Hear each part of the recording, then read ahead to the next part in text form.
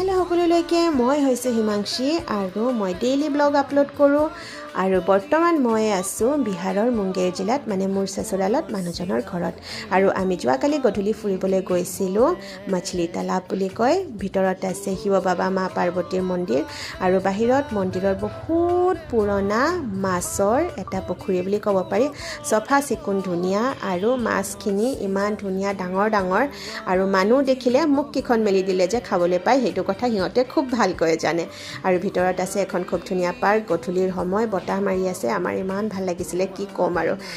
অসমতকৈ অকণমান ইয়াত মই গৰম বেছি পাইছোঁ ইয়াত গৰমটো বেছিয়ে হয় এতিয়াতো জুন জুলাই আহাই নাই জুন জুলাইৰ নিচিনা বৰ্তমানত গৰম চলি আছে ইয়াত